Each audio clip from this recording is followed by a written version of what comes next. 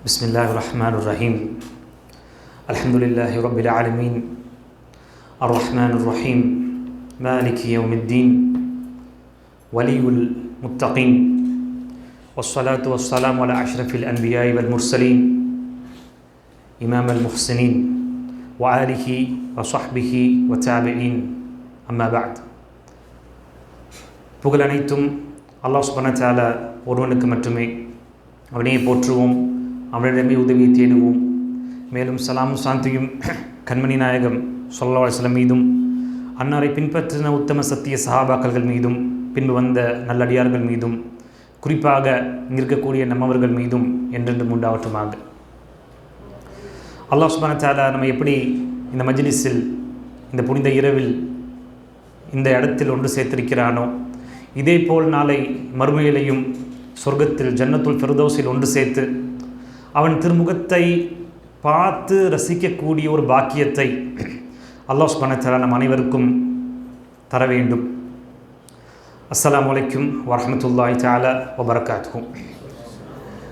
கண்ணியமிக்கவர்களே, அல்லாஹ் சுப்ஹானஹு வ தஆலா மனிதர்களை படைத்து அப்படியே விட்டுவிடுறதில்லை. மாறாக மனிதர்களை படைத்து அவர்களுக்கு நல்லது எது தீயது எது அப்படின்னு பிரித்து காமிக்கிறதுக்காக இந்த இறை வேதம் அல் குர்ஆனை நமக்கு வழங்கியிருக்கிறான். வழங்கினது மட்டுமல்லாமல் அதன்படி எப்படி நடந்து கொள்ள வேண்டும், அதோட எக்ஸ்பிளனேஷன் என்ன, தஃப்சீர்கள் என்ன என்று சொல்வதற்கு ஒரு நபியையும் அல்லாஹ் சுப்ஹானஹு வ தஆலா அனுப்பியிருக்கிறான்.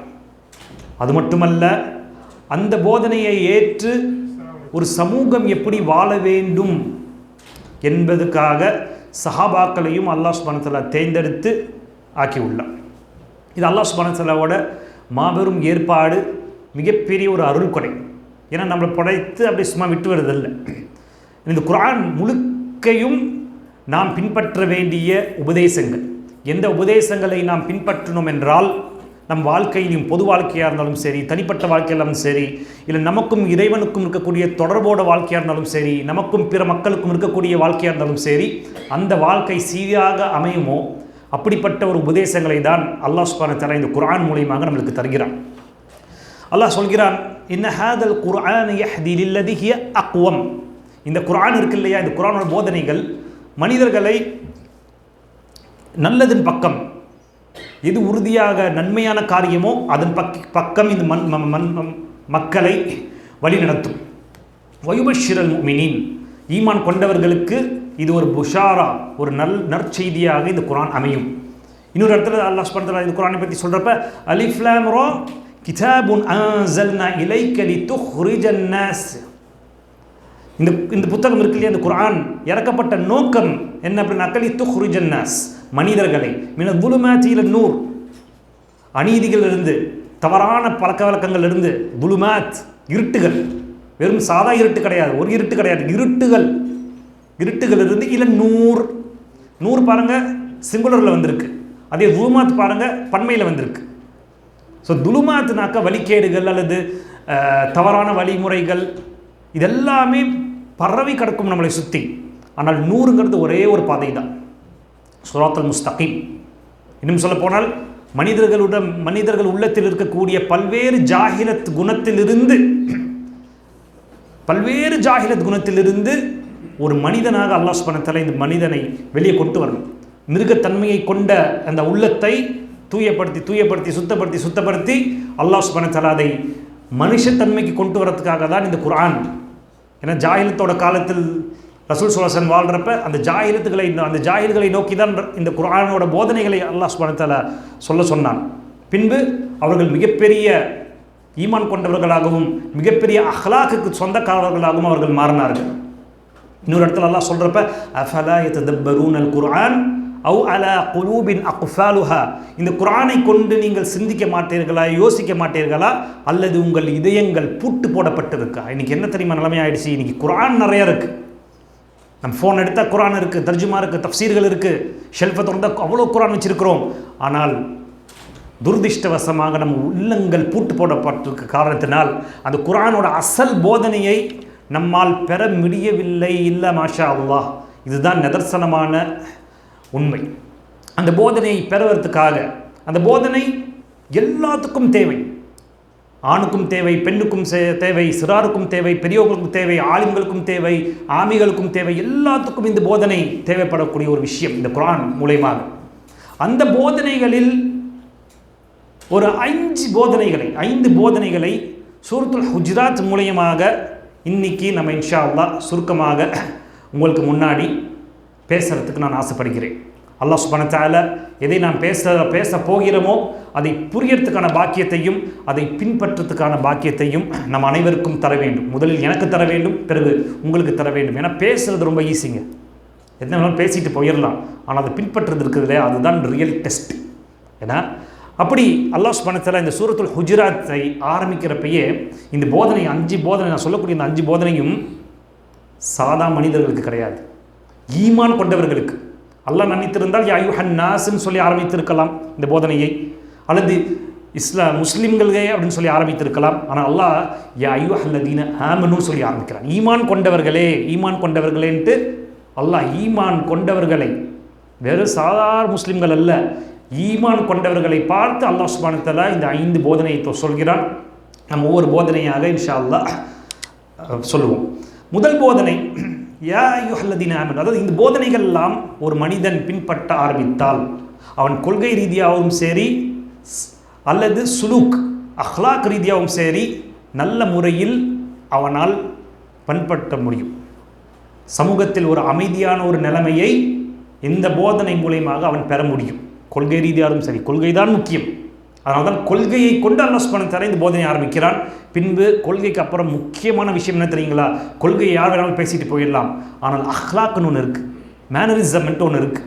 எப்படி நடந்து கொள்ள வேண்டும், அல்லாஹ்விடம் எப்படி நடந்து கொள்ள வேண்டும், பெரியோர்கள்ட்ட எப்படி நடந்து கொள்ள வேண்டும், சிறார்கள்ட்ட எப்படி நடந்து கொள்ள வேண்டும், பக்கத்து வீட்டுக்காரர்கள் எப்படி கொள்ள வேண்டும், ஒரு சமுதாயத்தில் நாம் வாழ்கிறப்ப அந்த சமுதாயத்தில் இருக்கக்கூடிய மற்றவர்களிடம் நாம் எப்படி நடந்து கொள்ள வேண்டும் என்ற போதனையை தான் அல்லாஹ் சுப்ஹானஹு வ தஆலா இந்த சூரத்துல் ஹுஜராத்தில் கொடுக்குறான்.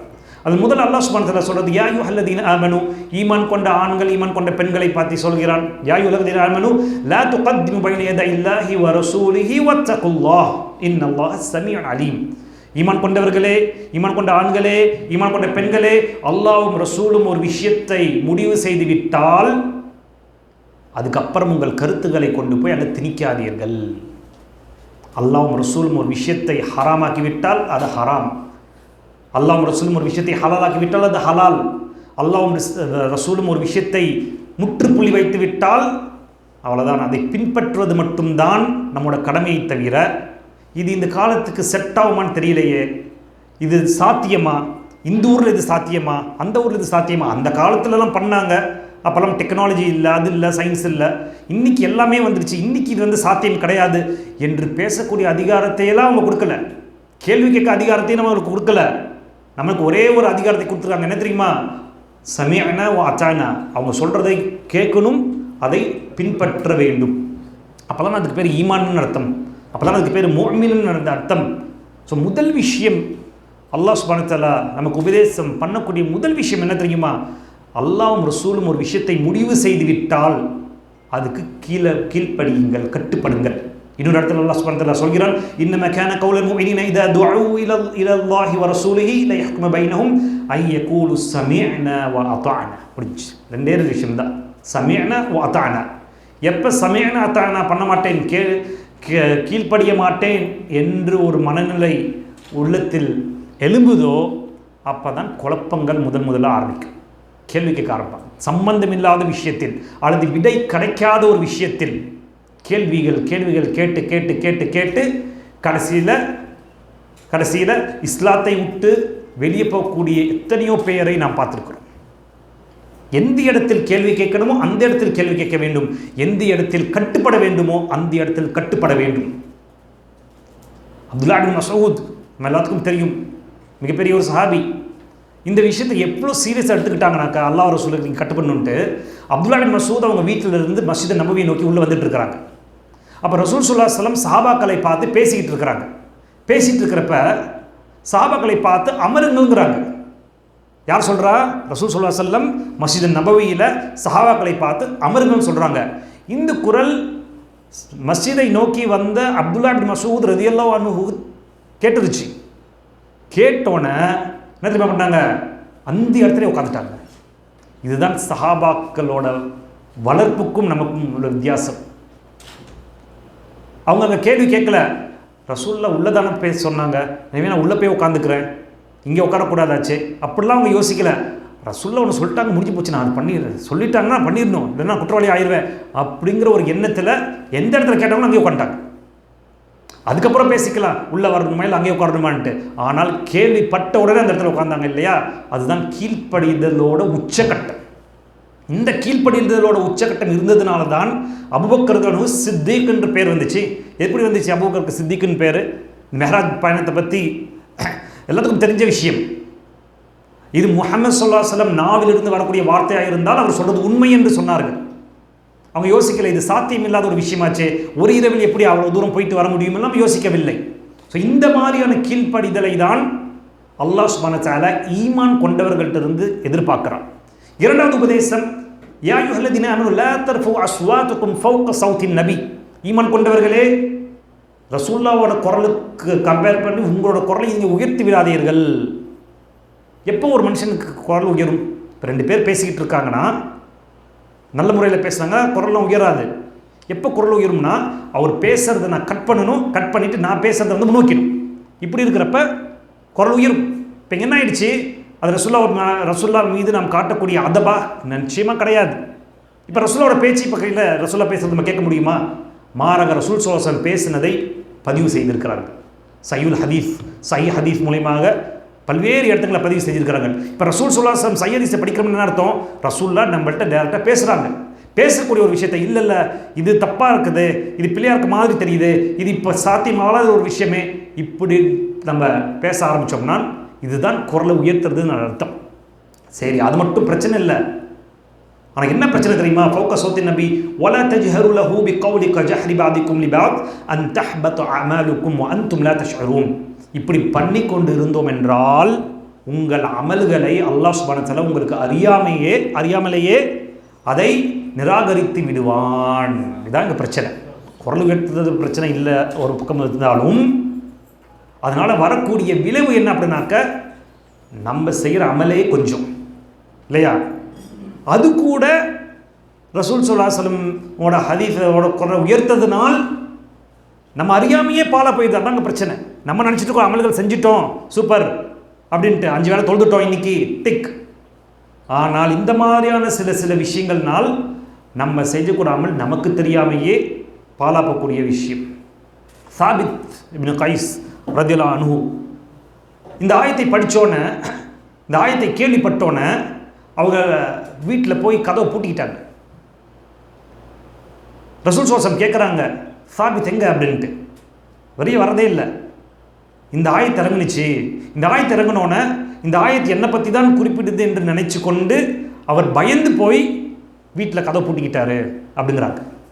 இப்போ சாபித் ரலியல்லாஹு குரல் கொஞ்சம் உயர்வாக இருக்கும் பேசுகிறப்ப. நார்மலாக அல்லாஹ் சுப்ஹானஹு வ தஆலா பல்வேறு குணாதிசயங்களை மனுஷன் படைச்சிருக்கிறாங்க. சிலருக்கு இயற்கையாகவே குரல் உயர்வாக இருக்கும், சிலர் இயற்கையாகவே சாஃப்டாக பேசுவாங்க, சிலர் சண்டை போட்டால் குரல் உயர்வாக இருக்குது. சாபித் ரலியல்லாஹு பொறுத்த வரைக்கும் இயற்கையாகவே உங்களுக்கு குரல் கொஞ்சம் மேலே தூக்கலாக இருக்கும். இப்போ ரசூலுல்லாஹ் என்ன சொல்லிட்டாங்க, அவங்களை கூப்பிடுங்க அப்படின்றாங்க. கூப்பிட்டு வந்தோடனே இந்த ஆயத்தை உங்களை பற்றி இல்லை, நீங்கள் இன்ஷா அல்லாஹ் சொர்க்கவாசி என்று அந்த சொர்க்கத்துக்கான சர்டிஃபிகேட்டை கொடுத்ததுக்கு அப்புறம் தான் அவர்கள் நிம்மதியாக வராங்க. யோசிச்சு பாருங்கள், சஹாபாக்களோட ஈமானோட லெவலை யோசிச்சு பாருங்கள் கண்ணியமிக்கவர்கள். சஹாபாக்களோட லெவல் எங்கே, நம்மள எங்கே? ஆனால் நாம் என்ன திரும்ப பண்ணுறோம், இந்த மாதிரி குர்ஆன் வசனங்கள் ஏதாவது நம்ம பார்த்தோம்னா பக்கத்தில் இருக்கிற பார்ப்போம், உங்களை பற்றி தான் இருக்குது, உங்களை பற்றி தான் சொல்லுது, இவரை பற்றி தான் பேசுது அப்படின்ட்டு நம்ம பற்றியும் நம்ம பார்க்கறது இல்லை, மற்றவர்களை பற்றி தான் பார்க்கறது இருக்கிறோம். இதுதான் சஹாபாக்களுக்கும் நமக்கும் இருக்கக்கூடிய வித்தியாசம்.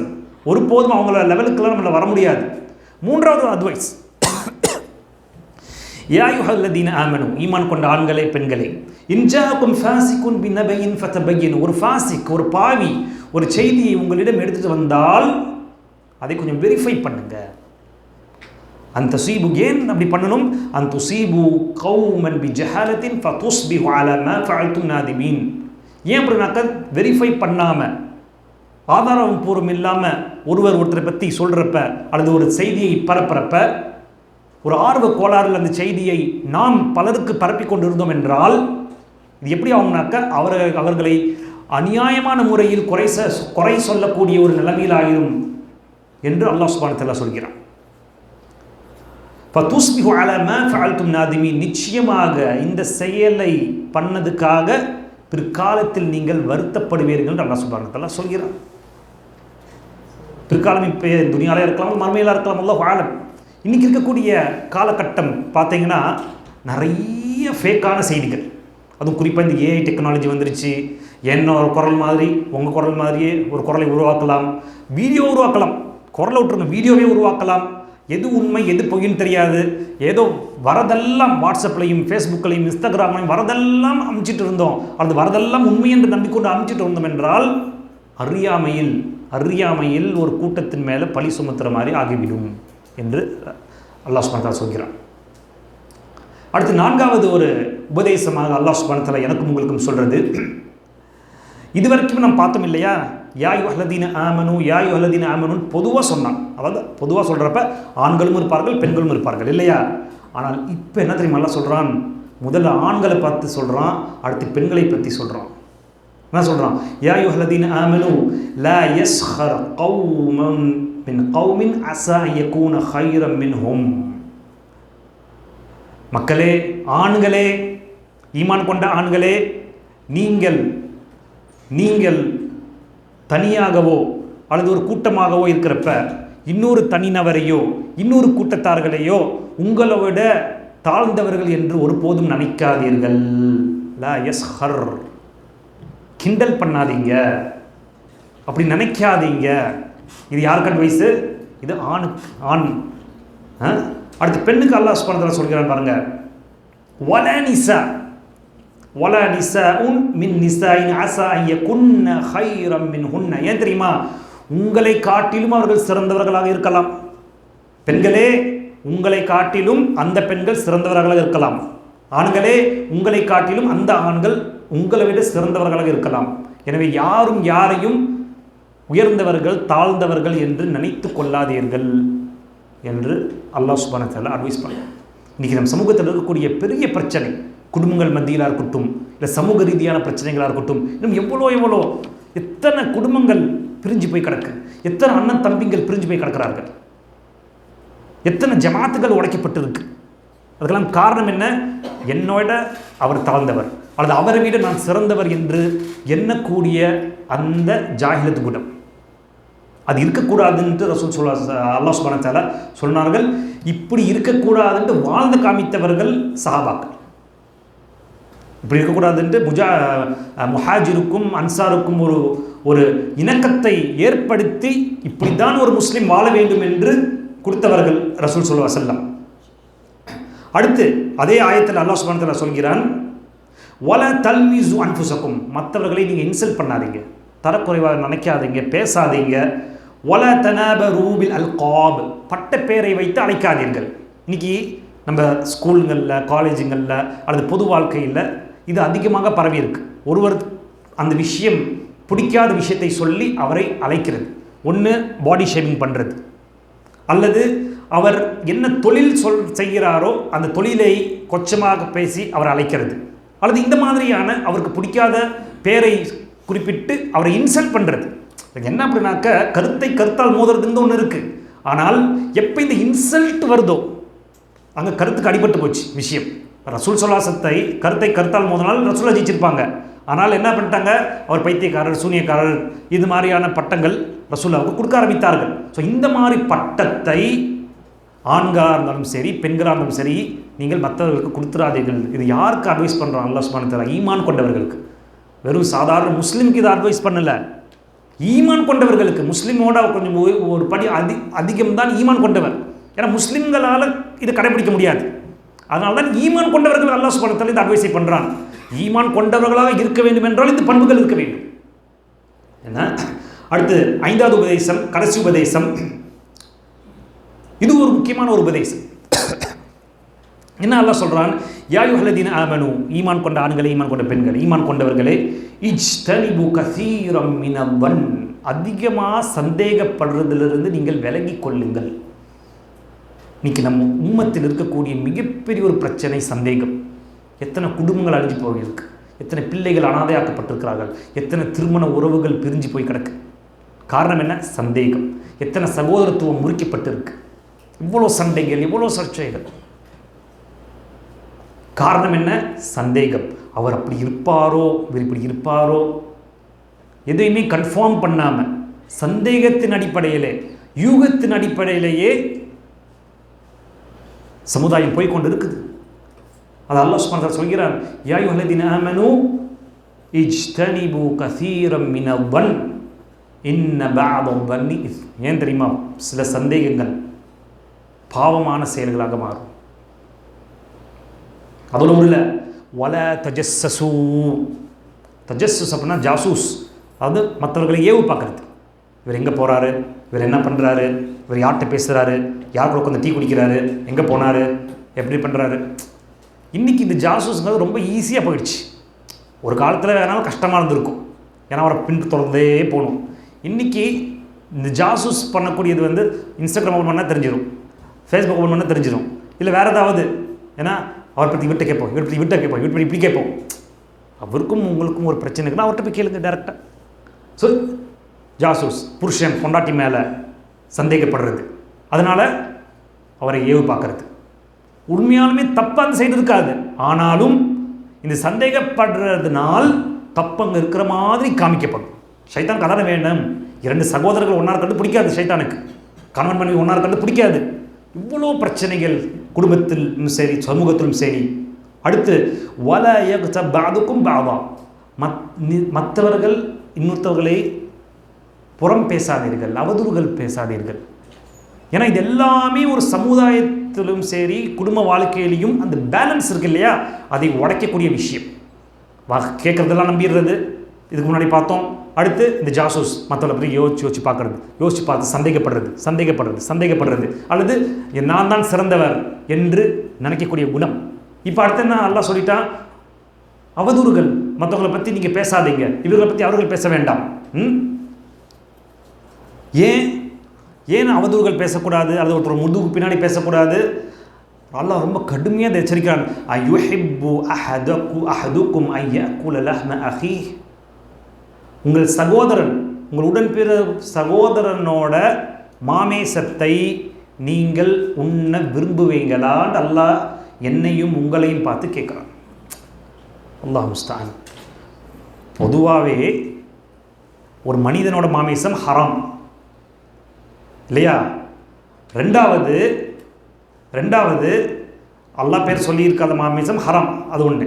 ரெண்டாவது மனிதனோட மாமேசம் இல்லை, எத்தனை அந்த ஹராமோட எத்தனை விஷயங்கள் இதில் வந்து அல்லாஹ் திணிக்கிறான் பாருங்கள் இந்த வார்த்தையால். ஒன்று, அல்லாஹ் பேர் சொல்லாமல் இருக்கக்கூடிய மாமிசம் ஹராம், அதில் மனுஷனோட கறி வந்துடும். நான் சகோதரனோட கறி மட்டும்தான் ஹராமா, மற்றவங்க கறிலாம் சாப்பிடலாமா? கிடையாது. பொதுவாகவே மனிதனோட மாமிசம் சாப்பிட்றதுக்கு ஹராமு. ரெண்டாவது, இப்படிப்பட்ட ஒரு இது அல்லாஹ் பேர் சொல்லி இருக்க முடியாது. மூணாவது, உங்களோட சகோதரன், என் கூட பிறந்தவனோட மாமேசத்தை விருந்து மாதிரி வச்சு சாப்பிட்றதுக்கு விரும்புவேனா நான்? அதான் நல்லா கேட்குறான். இப்படிப்பட்ட ஒரு கடுமையான பாவம். ஃபக்கரிஹ்துமு, வெறுப்பேங்க தானே? அல்லா கேட்டாலாம் பதில் சொல்லிட்டான். ஃபக்கரிஹ்துமு, வெறுப்பேங்க தானே? அது மாதிரி தான் இந்த புறம் பேசுறது. வத்தகுல்லா, அல்லாஹ்வை பயந்து கொள்ளுங்கள்ன்ட்டு அல்லாஹ் சொல்கிறான். இன்னல்லாஹ தவ்வாபுர் ரஹீம். இன்னல்லாஹ தவ்வாபுர் ரஹீம். ஏன் அல்லாஹ் தவ்வாபுர் ரஹீமோட இதை முடிக்கிறான்? கண்டிப்பாக மனிதன்கிற அடிப்படையில் நம் வாழ்க்கையில் இந்த பாவங்கள்லாம் செய்திருப்போம். கண்டிப்பாக யாரும் நான் பர்ஃபெக்ட்லாம் இங்கே சொல்ல முடியாது. ரசூலுல்லாஹ் தான் பர்ஃபெக்ட். அதுக்கப்புறம் எல்லாருமே பாவிகள். நம்ம ஒவ்வொருத்தவரும் பகல் பாவம் செய்கிறோம், இரவில் பாவம் செய்கிறோம், தனிப்பட்ட முறையில் பாவம் செய்கிறோம், அல்லது சொசைட்டியில் சமூக ரீதியான பாவங்கள் செய்கிறோம். எவ்வளோ பாவங்கள் நாம் செய்து கொண்டிருக்கிறோம். அந்த பாவத்துக்கெல்லாம் ஒரே விஷயம்தான், இன்னல்லாஹ தவ்வாபுர் ரஹீம். அல்லாஹ்வின் பக்கம் திரும்ப வேண்டும். அல்லாஹ் பக்கம் திரும்பி இந்த பாவத்தை எல்லாம் நான் செய்ய மாட்டேன் என்று இந்த உபதேசத்தை யார் ஒருவர் பின்பற்றுகிறாரோ, நிச்சயமாக அல்லாஹ் சுப்ஹானஹு வ தஆலா அவருக்கான அந்த ப்ராமிஸ், என்ன ப்ராமிஸ்? அல்லாஹ்வை மட்டும் வணங்கி அல்லாஹ்வோட மார்க்க சட்டத்தை பின்பற்றினால் சொர்க்கம்ங்கிற அந்த அந்தஸ்து நமக்கு கிடைக்கும். அந்த ப்ராமிஸை அல்லாஹ் நமக்கு கொடுக்கறதுக்கு ரெடியாக இருக்கிறான். இந்த 5 உபதேசம் தான் இந்த சூரத்துல் ஹுஜராத் மூலமாக அல்லாஹ் சுப்ஹானஹு வ தஆலா முதலில் எனக்கும் பிறகு உங்களுக்கும் அல்லாஹ் சொல்ல ஆசைப்பட்டிருக்கிறான். அதே போல் எதை நாம் கேட்டும் அதன்படி அமல் செய்யக்கூடிய ஒரு பாக்கியத்தை நம் அனைவருக்கும் தர வேண்டும். ஒரே ஒரு விஷயத்தை சொல்லி முடிச்சுக்கொள்கிறேன். இன்றைக்கி வியாழக்கிழமையோட இரவு